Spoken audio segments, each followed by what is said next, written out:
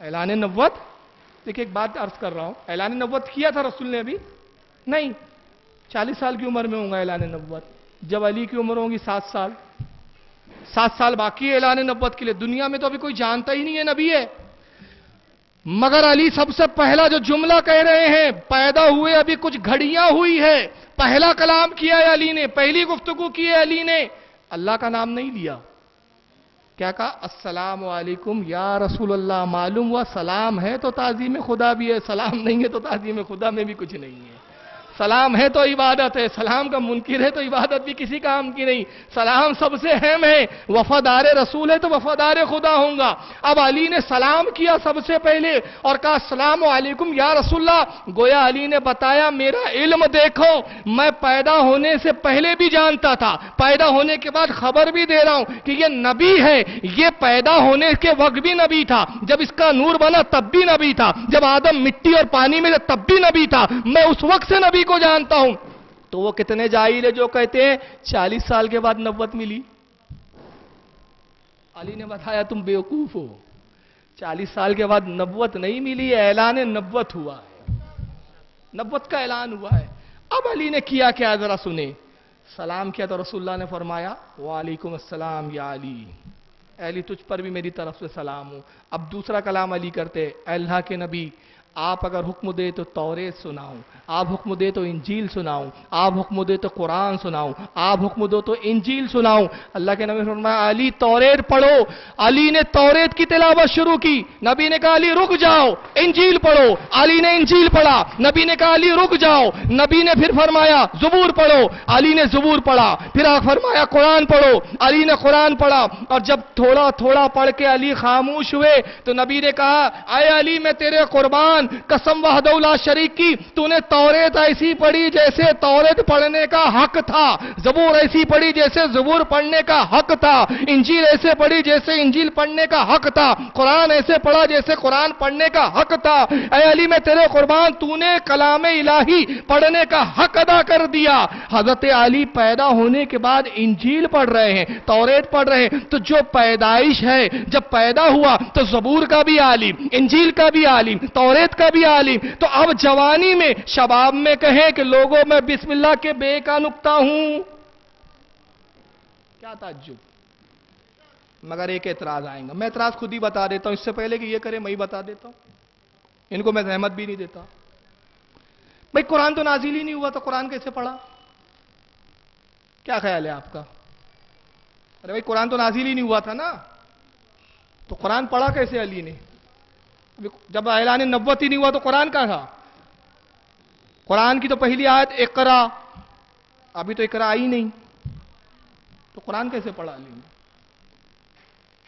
تو اب میں یہاں ایک عرض کر دوں، قرآن اللہ کا کلام ہے، اس کی صفت ہے، اللہ کی صفت بھی ازلی ہے، اس کی ذات بھی ازلی ہے،